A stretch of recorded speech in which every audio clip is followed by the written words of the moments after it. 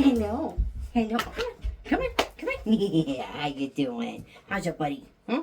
How's your buddy? I know. No, you can't lick me. There's no licking of the meese. You lick me, you get down. That's how this works.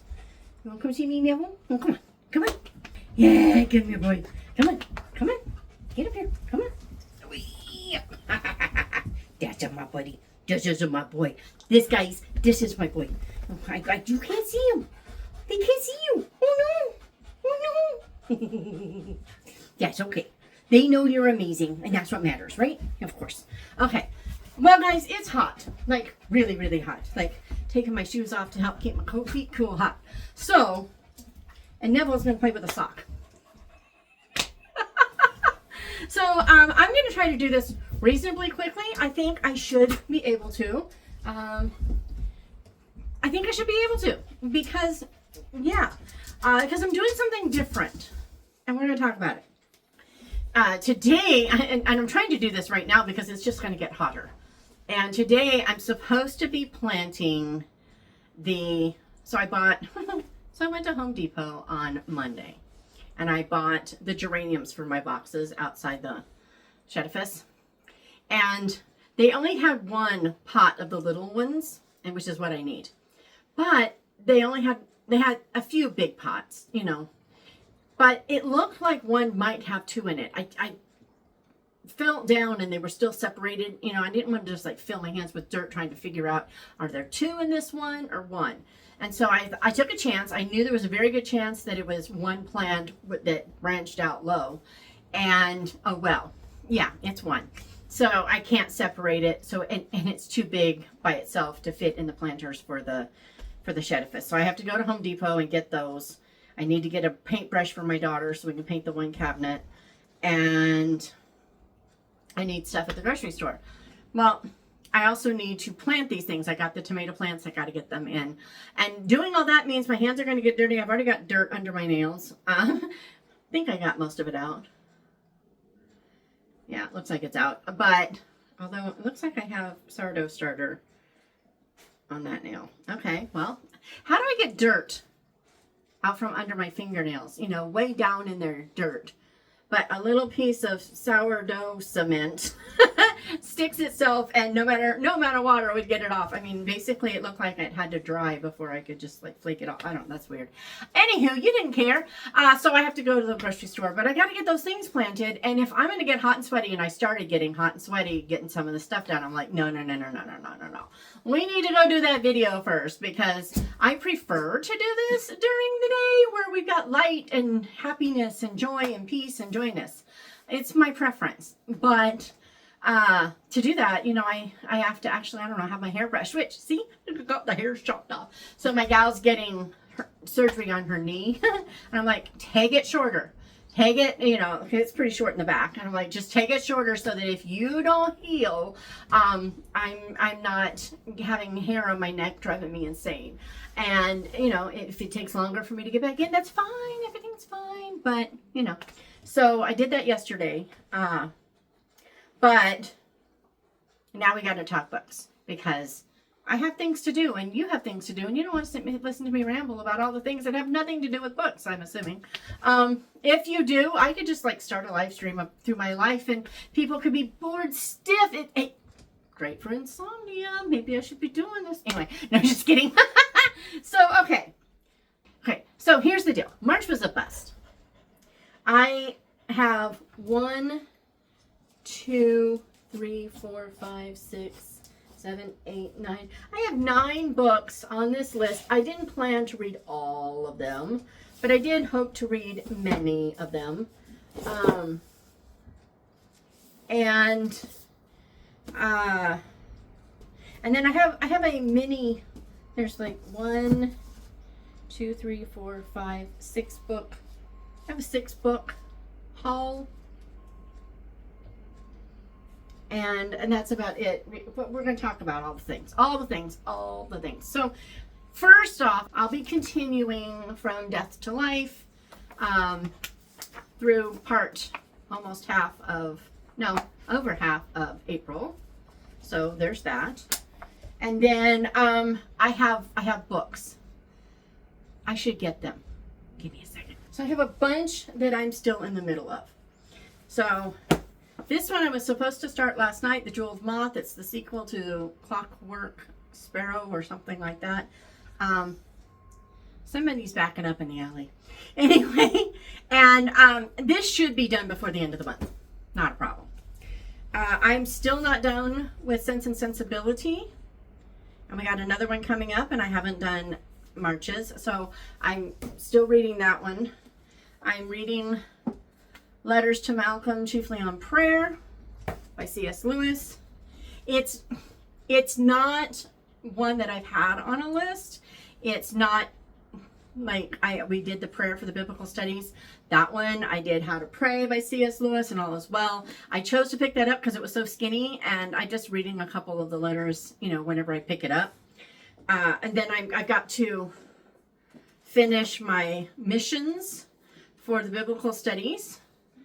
And I'm just going to go ahead and put it here. For the biblical studies, I bought The Gospel by Ray Ortlund. I also bought another book on the gospel by, I think his name is Matt something or another. And that one is my official, but it's not here. It's still not here. Of course, right after I record, this comes in because, Murphy and all the things. So this is actually the one I chose for my biblical studies. The Gospel with Catherine and the biblical studies. So it says a guidebook on defining, sharing, and obeying the gospel. And so between this one, kind of more focusing on all sides of the gospel, and the other one, I can't remember what the focus was now, and it's not here, but they have slightly different focuses, and they're both talking about the gospel. So I'm hoping that it's going to be good. But it's pretty short, and I mean, look at that text. It's widely spaced, and there's even places to write. I don't know if I will or not. I really do want it in my journal, but anyway, I had to add this in because it came in, and you know how that goes. That's my official one for the challenge, but I got this one because it sounded really, really good. It's How the Church Portrays the Beauty of Christ. So I'm hoping that I will love this as much as I think I will, but this one, I haven't been buying books for the most part. I don't do the whole give something up for Lent thing. It's not really, it's never been a part of our family tradition. We've only been a part of one liturgical church, and that one, everybody was very private with their personal devotion things. And so if people did Lent at all and gave stuff up for it, because it, being a very, very hyper conservative, if you will, branch of the Lutheran Church, this was private. You don't make your stuff known to everybody. So if they did it, we wouldn't have known anyway. And that's good. I'm not saying so. But this year, I saw somebody writing something about how it's not really giving up, because giving up implies you shouldn't have been doing it in the first place. It's more setting aside a personal, passion or whatever, in favor of a closer focus on the Lord for something. And I was like, yeah, that's better. But it still didn't work until it clicked that, God has the Word and His Word. And if I spent as much time in His Word as I do finding out about all the other words that other people have written, it might be a good thing. So I didn't give up buying books for Lent. That's really not what I would say. But I have prioritized time in the Word over looking for books. Because I buy a lot of them used, as, because I like a lot of the older books, and those you kind of have to get used, right? It takes a lot of time to find a good price on one and stuff. So it's like, I won't be buying much. And so I haven't. I bought 3, 4, I think. 3. 4, the other gospel, like all month. That's really unusual for me. And so it's been a nice focus and a nice reminder, but I wouldn't say I gave up buying books for Lent. That seems a bit, I don't know, pretentious for what I'm doing. But anyway, but this is one of the ones, because I knew before I even made that decision, I'd have to buy something on the gospel because I don't have anything. And I didn't want to be constrained by library stuff. So this one came in, and that'll be for that challenge. My Read Your Bookshelf challenge really is the only challenge that no matter what happens, I'm going to get done. I only like once or twice in all the years I've done this did I not get it done in the month that it was supposed to be done. And yeah, so this month has to do with flowers, something about flowers. So I thought Suzanne Woods Fisher, A Year of Flowers, all about flower shops. This is perfect. So am I right? It's about flowers. Where's my sticky do? Yeah, April, flowers. I've got my goodies from Suzanne, which included, and I need to plant some seeds. So I need to plant those. Anywho, so this is 3 former friends have found success at work, but love remains elusive. It didn't sound like romancy when I talked to Suzanne about it. It sounded more like romantic women's fiction, where there are romances involved, but the story is really about these women and the woman who trained them. And so there's 4 novellas in here that are all interconnected. It's the 3 women and then the woman who trained them and how they come together. And so, yeah, definitely looking forward to reading this. Isn't that just a beautiful cover? And Chantal Reads All Day, that one happens, period. And for April, Pride and Prejudice is the Jane Austen. I didn't bring out my Anne. Well, there'll be, I think are we doing Anne of Windy Poplars and then skipping to another one? I think so. Let me look. By any way that I move this around, it has to be Windy Poplars. It doesn't make sense. Well, I suppose I could have gone down, but I don't see me doing that. So I'm assuming we're doing Windy Poplars. It's either that or the Blue Castle. I'm thinking it's going to be Windy Poplars. So there's that. That'll be done. So I'll have Anne, because Anne.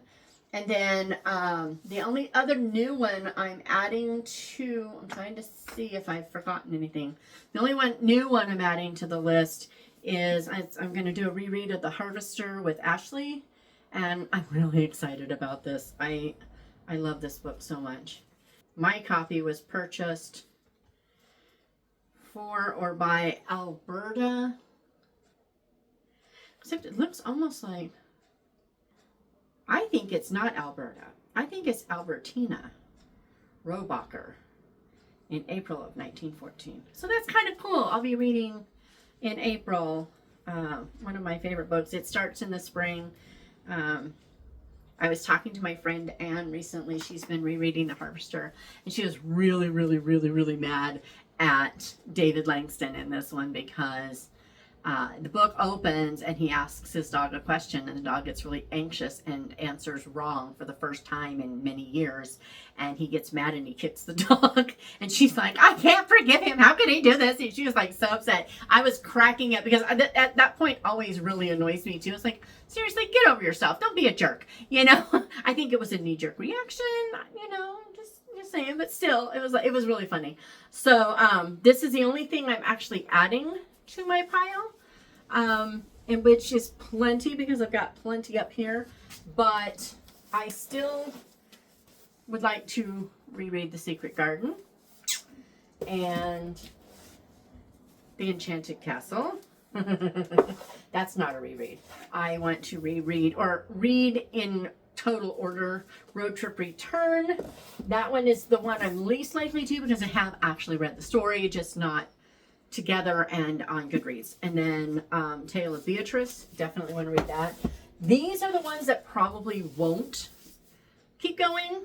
To a certain extent, I might just move them along to somebody else and not bother reading them. We'll see. I might give them a shot, give them a chapter or something.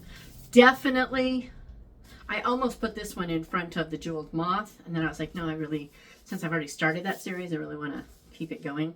But this one I'm just really dying to read. But if you look at it, it's going to be a fast read. There's lots of space and lots of whatever, but it looks so good. What good is a story that can never be told? Yeah. And then A Kind of Spark. I do really kind of want to read that. These are my official April reads. Well, unless my gospel comes in. But these will be the official ones. Yeah. It's kind of small compared to a lot of things, but I'm still continuing so much. And maybe this shouldn't be added to the continuation, but I'm doing it anyway because I can. So yeah, it's pretty minor, but it's also kind of strange. So we have contemporary romance. I'm calling it women's romantic fiction. We have contemporary romance. Then we have classic from the I think this one's got started. That she started writing this in the 18th century. It's the beginning of the 20th century, and then this is nonfiction. So it's very, very eclectic-ish.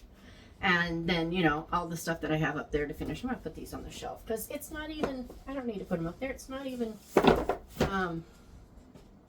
April yet. But I did get a few books in. So last year when I read Olivetti, this book was up for pre-order. And it was really strange because when I ordered it, I had a feeling that I had accidentally used my daughter's card on my account. It was like it was the default and I didn't notice until afterwards. So I told her, let me know if a thing comes through because I can't find it. I forgot that they don't charge your card right away, right? So I was like, I may have, spent $20 on your card. Let me know. And she said, no, nothing's on there. We forgot all about it. It took me a long time to remember when on Monday, she's like, did anyone happen to use my card? It's like my backup card for Amazon, but did anyone use my card? And no, none of us knew. And she finally came back and she said, okay, I found it. It's like last June. It was a pre-order for this book. And I'm like, well, do I need to know about this book? It's just like, I don't know where the book came from. And then I was like, okay, wait a minute. That sounds unusual. And that sounds more like me. So I went looking it up. And as soon as I saw that it was by the author who wrote Olivetti, I knew what this was.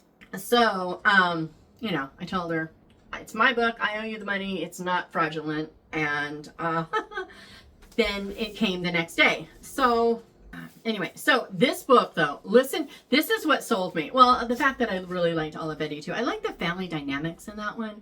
I'm hoping we'll have something similar-ish here because they're not perfect and they are actually hurting each other.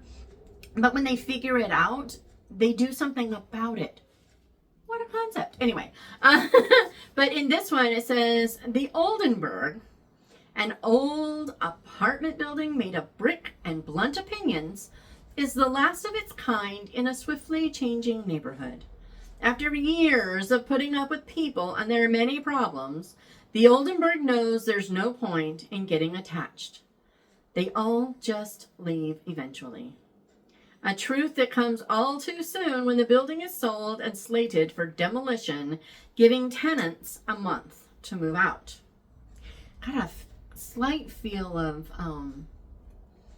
the Vanderbilters there. Anyway, no one is more troubled by the news than 11-year-old Prue, who refuses to leave her family's apartment, not when it was the last place she lived with her sister Lena before she lost Lena forever. When Prue launches a plan to save their home, the Oldenburg joins in, flickering lights, jamming elevators, triggering fire alarms, all to try to bring the building full of bickering residents together. In the process, Prue meets Louis, an eccentric boy who lives across the street and the only one who can help her discover the missing elements of her sister's story. Heartfelt and bursting with a community of unique characters, Once for yes is a testament to the endurance of love and the people we carry with us wherever we go. Sounds so good. So this one did come in yesterday, and I'm so excited about it. It's entirely possible. I'm just going to slide it up there. You know, one of the exceptions to not purchasing, you know, right now, I was talking to an author. I think it was J.A. Webb, but it could have been something Friedley. Somebody Friedley. Oh, what was his name? Anyway, could have been him, but I think it was J.A. Webb. We were talking about his book. It's kind of, it's dystopian, and it's got some elements similar to the Chaos Grid, but I couldn't remember the author's name. So while we were talking, I went on Amazon to look up her name. I was like, you know, this is reminiscent. They're not the same story at all. For one thing, his isn't middle grade, but it felt reminiscent. And so I was trying to mention it to him. And while I was there, I saw it was on sale. It was around $10, give or take $1, but it was significantly less than the normal hardback price. So I went ahead and snagged it because Chantal has raved about this. And was it Ashley who said that it took her a bit to get into it, but then she couldn't stop reading? Or was that... Oh, I can't remember who said that. Anyway, so I went ahead and got it because it was half off or less. And I figured I should do that while it was available. I'm just saying. Yeah. So I did get that. My daughter sent me Until Tomorrow, Mr. Marworth. It's 1968, and 11-year-old Rainey Kelly has one thing she's looking forward to. Her route as Lake Liberty's brand new paperboy. After her mother passed away, Rainey and her older brothers, Dave and Billy, were shipped off to live with their grandmother, leaving behind their lives in Missouri for their parents' small Minnesota hometown. Stuck for the summer without a single friend, Rainey dedicates herself to her route, which brings her right to the front door of Mr. Marworth, the town recluse. Rainey is undeterred when he won't come to the door to meet her, so she leaves a letter introducing herself. To her surprise, he answers. As they become pen pals, Rainey confides in him, telling how she's desperate to keep her brother from the Vietnam War. And when she learns that Mr. Marworth isn't just a loner, but a neighborhood outcast because of his anti-war beliefs, she realizes he's just the right person to help her. But what Rainey doesn't know is that Mr. Marworth's dedication to her cause goes far beyond politics, and that their plans to keep Billy home will change her family forever. Told through letters, Until Tomorrow, Mr. Marworth is an endearing tale about the strength of family, the beauty of friendship, which sometimes blossoms where you least expect it. Isn't that just... So, I believe Shalice really loved it, and my kids were paper route kids. All but Lorna, bless Lorna's heart, they had quit doing paper routes. They were all motor routes by the time that she was old enough, but all of our kids had multiple paper routes, up at 4 o'clock, 3 o'clock every morning, wrapping those papers, delivering those papers. It was just like craziness. But, yeah. Good stuff. I'm looking forward to that one. I don't think I've shared, but Welcome to the Honey B&B came in. If I have shared, sorry. When life feels like it's closing in around you, sometimes the solution is to open the doors wide and invite others in. And this is the one where is it her dad? Yeah, her dad has early onset dementia, and she goes home to help take care of them, but they need money, so they turn the family farm into a B&B. And we'll just leave it there. Looking forward to that. And finally, as far as I know, this is the last one that has come in. My Shattered Sanctuary that I had pre-ordered a while back when we did that whole video about these. Yeah, it's the first in the Mystery Delaney. The Mystery Delaney series. Yeah, hold on. It's the first. Do you hear the wind? Listen to the wind. The Erin Delaney Mysteries. It's the first one. Shattered Sanctuary. Was this the last thing she'd ever see? Would she be able to make things right before it was too late? God, was all she got out before he lunged toward her.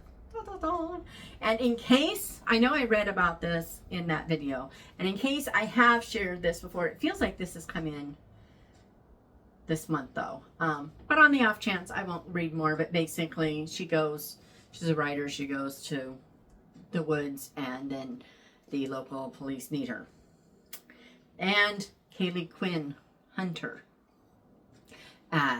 shows up in this one. So that one came in.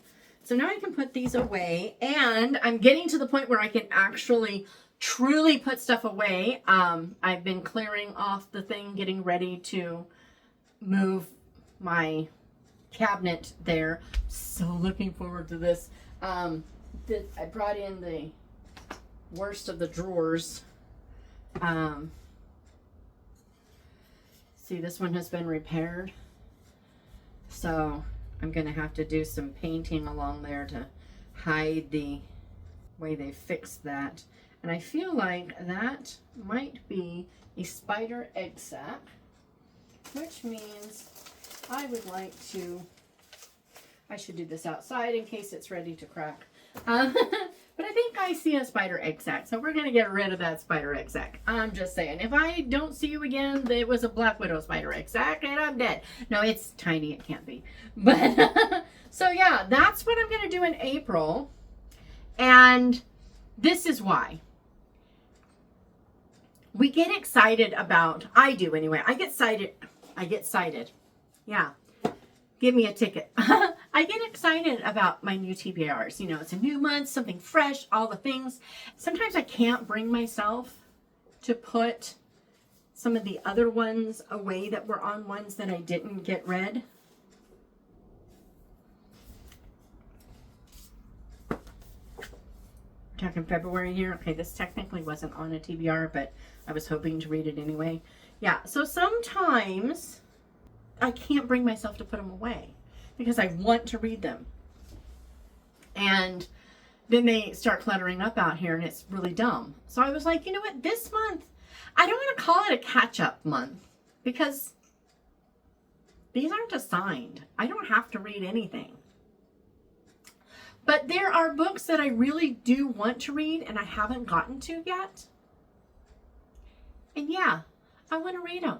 So instead of coming up with new books that I'm going to read for April, aside from things that go into challenges that I clearly want to do, I took the trouble to put them in this journal. Dad, burn it. I'm going to do them.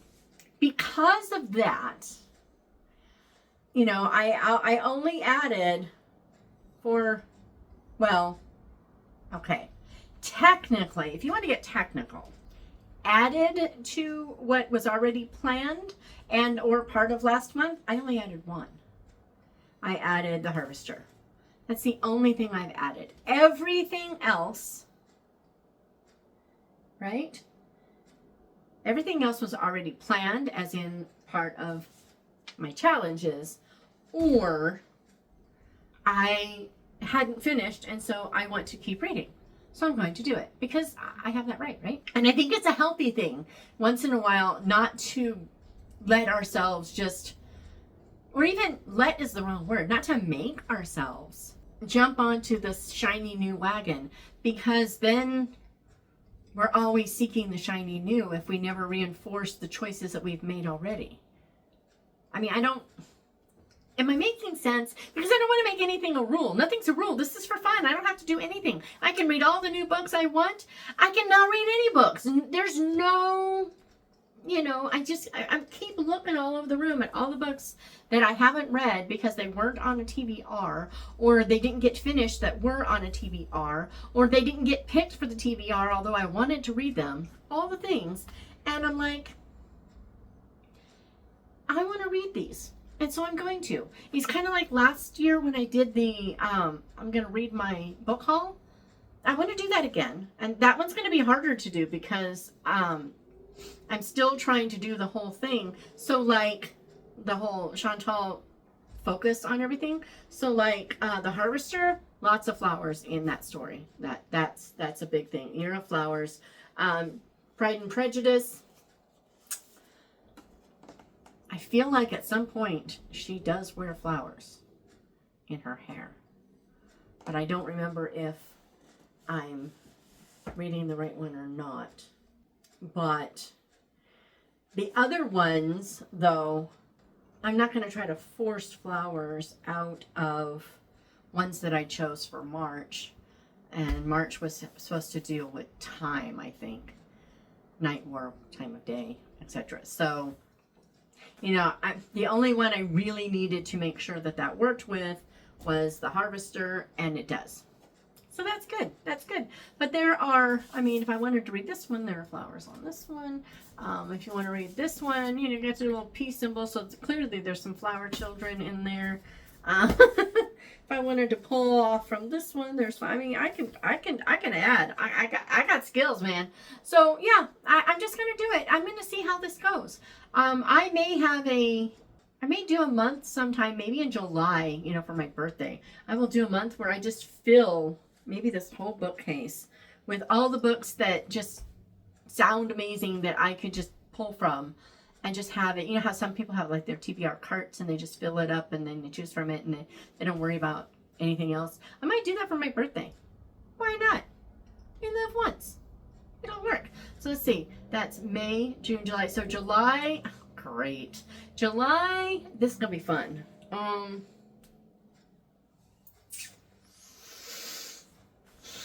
July is royal. So if I saved this one, you know, Beauty and the Beast, there's close enough to royal for government work. July's going to be interesting. We shall see. But anyway, yeah, that's where my brain is going. What do you think? Do you ever just say, I have my TBR and I stick to it no matter what? Or is it sometimes I have a TBR and if I get to it, I get to it? Or do you even have a TBR? Do you care? Do you just like share all the books that you like to read and you just grab something completely different, but why not? I mean, what is your method? Up until now, I've liked having a TBR and I've been disappointed, like I said, at not. But right now, I want to read the books that I've already chosen, and Dad burn it, I'm going to. So, I'll be back with what I have read, lots of audio, and a couple of physical, so I think it's just a couple, that I've done in March, but that'll be next week sometime. Meanwhile, I'm off to the store. Does anyone need anything from the grocery store while I'm at it? Have a good one. Okay, guys, I'm only partially through this one, and I have this one. The Kickstarter for the third in this series is up. I need to buy it now, like right now. It's almost over. If I want to have the full series. I'm enjoying what of this I've read, but I haven't gotten back to it. So do I do it? It seems silly not to have it, but is it silly to spend the money on a third book when I haven't just been dying to get to it yet? I don't know. What do I do?